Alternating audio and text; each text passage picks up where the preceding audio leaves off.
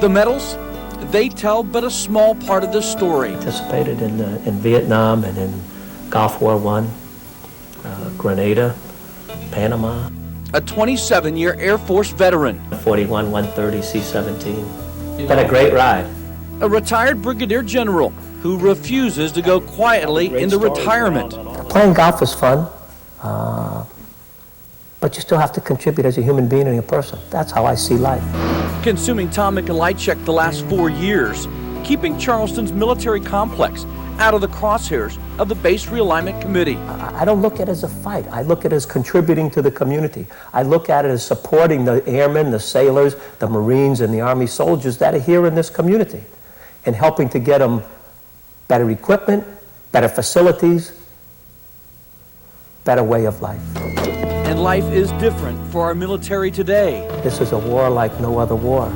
That this war will probably last for generations. For that reason, the general is passionate for the American people to stay involved. Did that tell us something when they went to the polls, when leaflets were passed around and people were told, you're going to die, every poll is going to hit and you are going to die? It didn't happen very much.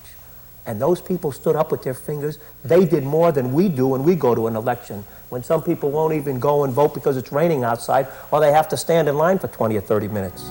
The general believes we will win the war on terror, but he currently fights a battle with no known cure. How do you tell somebody you have a fatal disease? I consider myself the luckiest man on the face of the earth. I've heard of Lou Gehrig's and Lou Gehrig's disease, but I really didn't pay a lot of attention to what it meant. I may have been given a bad break, but I've got an awful lot to live. I'm going to be out and about.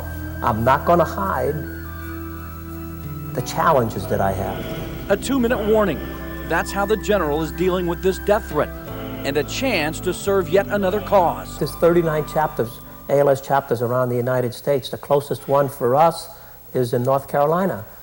Yet there are probably 300 to 400 people in the state of South Carolina that have ALS.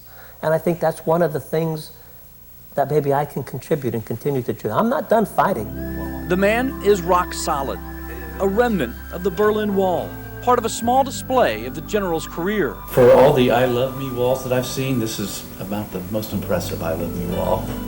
For a man who served so many and expects so little, in addition to his collection. Oh my gosh.